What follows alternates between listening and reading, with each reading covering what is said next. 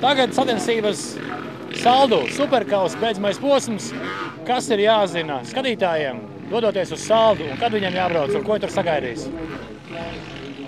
Šonedēļ superkausa iet vaļā svētdienā, kā ierasts, bet noteikti visiem ir jāierodās jau Saldu sestdien pa dienu. Noteikti sestdien pa dienu. Kāpēc sestdien? Tāpēc, ka jau sestdiena būs tā diena, kad superkausa sāks iekustināt visu publiku, gan vietējos Saldus iedzīvotājus, novadu iedzīvotājus, ne tikai pilsētas, bet arī visu ceram novadu sapulcināt. Un es domāju, ka būs ļoti interesanta programma. Programmā ir paredzēts pirmkārt un galvenokārt vakara programmā ir labvēlīgais tips. Vairāki DJ, kuri plāno uzstāties arī šajā te vakara programmā sestdien, lai jau iekustinātu uz svētdienu ne tikai līdzjutējus, bet arī iespējams sportisti kāds būs atnācis paskatīties, nonācis no Bērzu mototrases lejā pa kalniņu uz Saldus pilsētas centru. Un Saldus pilsētas centrā notiks ļoti vērienīgs pasākums, kur jau sākot no pulkstens 12 būs sastopami sportisti ar savām,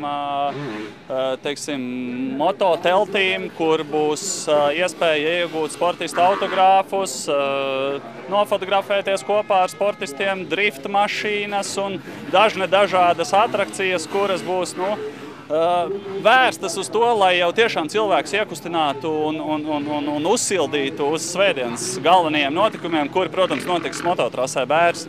Par sportistiem runājot, superkausa beidzamais posms ir arī beidzamā iespēja sportistiem cīnīties par mecenātu balvu.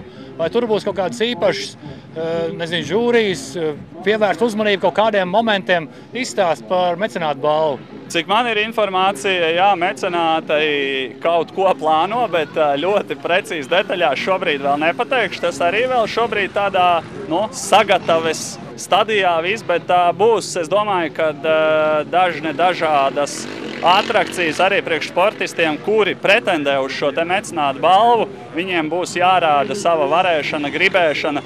Braucam visi uz Saldu, uz Bērzu trasi, skatāmies, kuru vai Laurim Freibergam izdosies nosargāt savu trīskārtējā superkausa ieguvēja ātrākā braucēja titulu, vai tomēr Dāvis Līvs? Jā, Dāvis Līvs šobrīd ir ar nelielu astīti priekšā Laurim, un es domāju, ka tur būs ļoti intriģējošas cīņas, jo, kā rāda arī šodienas Latvijas čempionāta parādītais sniegums šo te abu sportistu izpildījumā, viņi ir plec pie pleca, un es domāju, ka tur izšķirsies, tas rezultāts būs atkarīgs no sīkumiem, gan no starta, gan no kaut kādām varbūt citām niansītēm, jo zinām, ka tur ir superkausā tas formāts ir mazliet savādāks kā šeit. Šeit ir jābrauc 25 minūtes plus 2 apļi MX1 klasē.